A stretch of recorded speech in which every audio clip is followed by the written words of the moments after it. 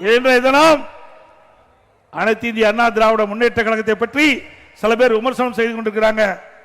பொன்மனச்செம்மல் புரட்சி தலைவர் எம்ஜிஆர் என்ற மாமனிதரால் தோற்றுவிக்கப்பட்ட கட்சி அதிமுக கட்சி.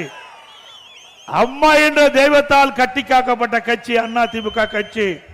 அடுத்த ஆண்டு நடைபெறுகின்ற சட்டமன்ற பொதுத் தேர்தலில் இங்கு இருக்கின்ற மக்களோடு, தமிழகத்தில் இருக்கின்ற மக்கள் ஆதரவோடு அனைத்து இந்திய அண்ணா திராவிட முன்னேற்ற கழக தலைமையில் அமைக்கப்பட்ட கூட்டணி அதிக இடங்களிலே வென்று அதிமுக தனி பெரும்பான்மையோடு ஆட்சி அமைக்கும்.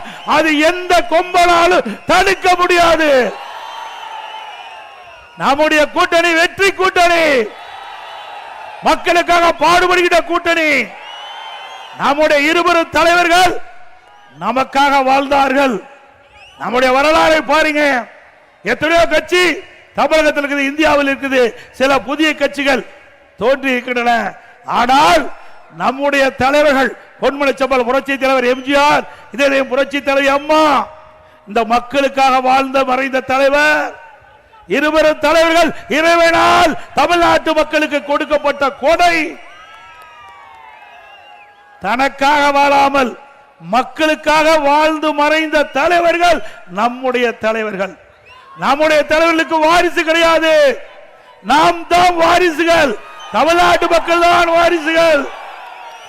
நமக்காகத்தான் அவள் இரவு பகல் வாராமல் உழைத்து நமக்கு தேவையான திட்டங்களை கொண்டு வந்து இந்தியாவிலேயே எந்த மாநிலத்துக்கும் இல்லாத அளவிற்கு சிறப்பான திட்டங்களை கொண்டு வந்து அதன் மூலமாக தமிழகம் இந்தியாவிலே வளர்ந்த மாநிலம் என்ற பெருமையை உருவாக்கிய தலைவர்கள் நம்முடைய தலைவர்கள்.